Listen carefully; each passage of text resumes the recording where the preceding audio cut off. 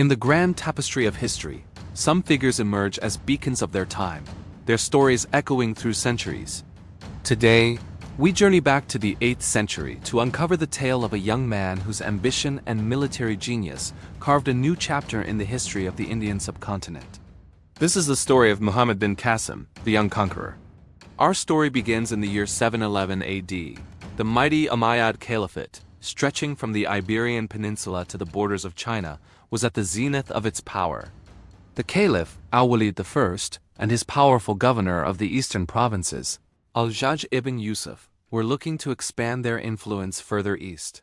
The stage was set, but the spark that would ignite the campaign came from an unexpected incident.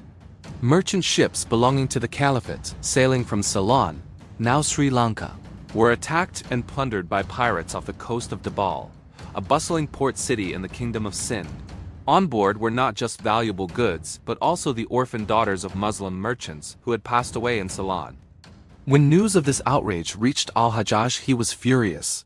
He sent a letter to Raja Dahir, the ruler of Sind, demanding the release of the captives and the return of the plundered goods.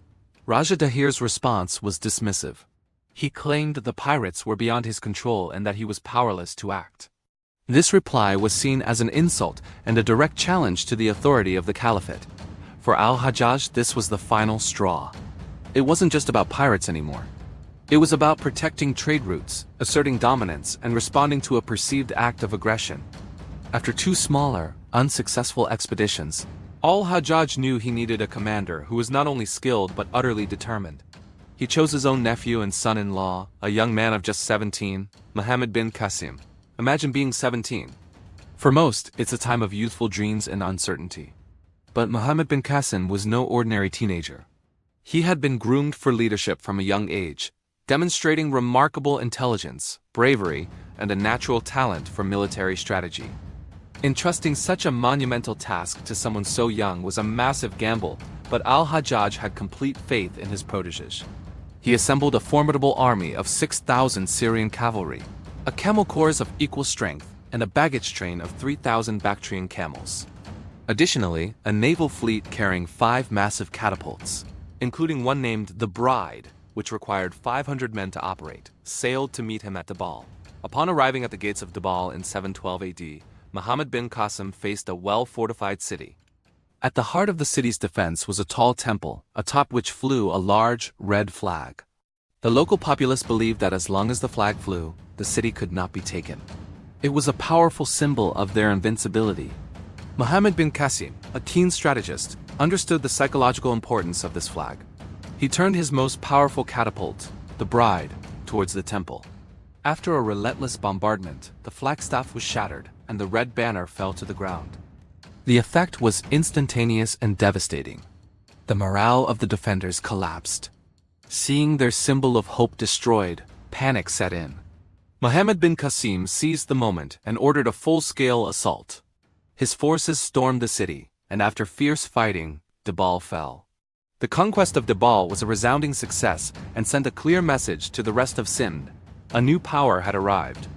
Muhammad bin Qasim treated the captured populace with a degree of fairness that was unusual for the time.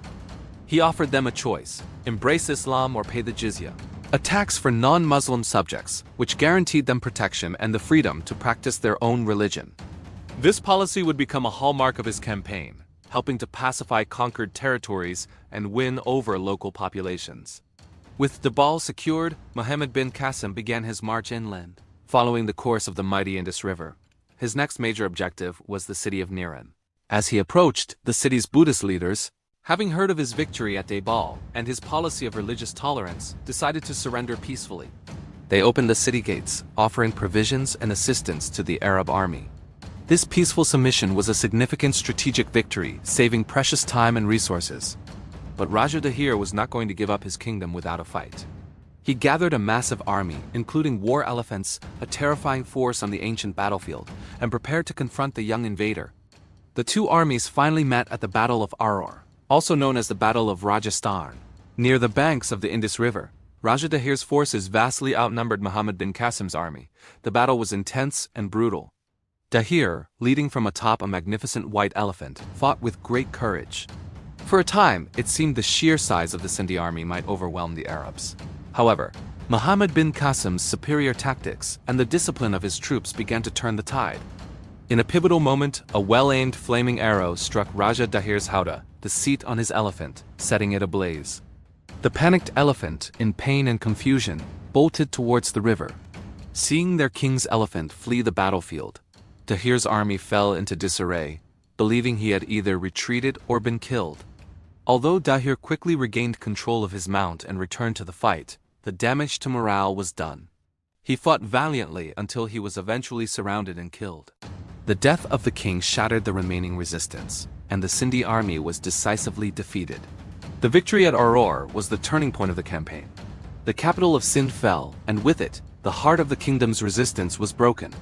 Following this, Muhammad bin Qasim continued his advance, capturing key cities like Brahmanabad and Multan. Multan, known as the City of Gold for its immense wealth and a famous sun temple that attracted pilgrims from all over, was a particularly valuable prize. Its capture not only brought vast riches into the Caliphate's treasury, but also solidified Muslim control over the entire region of Sindh and southern Punjab. Throughout his campaign, Muhammad bin Qasim established an administration that was both efficient and, for its time, remarkably inclusive. He retained many local Hindu and Buddhist officials in their positions, valuing their experience and knowledge of local governance. He upheld the protected status of non-Muslims, the dhimmis, ensuring their religious freedoms as long as they paid the jizya. This pragmatic approach helped to stabilize the newly conquered territories and facilitated a smoother integration into the Umayyad Caliphate. However, the story of this young conqueror takes a tragic and abrupt turn. In 715 AD, just 3 years after his campaign began, the political landscape in the capital, Damascus, shifted dramatically. Caliph al-Walid died and was succeeded by his brother, Sulayman. Sulayman was a political rival of al-Hajjaj, Muhammad bin Qasim's powerful patron. With al-Hajjaj himself having passed away shortly before the caliph, Muhammad bin Qasim was left without his protector. Accounts of what happened next vary, but the most widely accepted story is a grim one.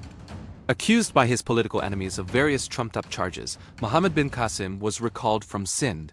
He was arrested, chained, and transported back to Mesopotamia. Instead of a hero's welcome, he was thrown into prison and, according to historical sources, tortured to death. At the age of just 20, the brilliant military commander who had conquered a kingdom and opened a new frontier for his empire met a cruel and unjust end. Despite his tragic death, Muhammad bin Qasim's legacy is undeniable. His conquest of Sindh marked the beginning of a permanent Muslim presence in the Indian subcontinent. It opened up a corridor for cultural, religious, and commercial exchange between the Islamic world and India that would shape the region's history for the next millennium. The administrative and religious policies he implemented set a precedent for future Muslim rulers in India. Muhammad bin Qasim's story is a compelling saga of youthful ambition, brilliant military strategy, and political intrigue. In just a few short years, this teenage general redrew the map of South Asia and left an indelible mark on history. He remains a celebrated figure in the Islamic world, a testament to what can be achieved by a combination of courage, vision, and unwavering determination. His campaign was not just a military conquest. It was the event that first bridged the worlds of Islam and India, setting in motion a chain of events that continues to influence the subcontinent to this day. Thank you for joining us on this journey into the past. If you found this story fascinating, please hit the like button, subscribe to our channel, and ring the bell for more deep dives into the lives of history's most influential figures. Let us know in the comments which historical conqueror you'd like to see us cover next. Until next time, stay curious.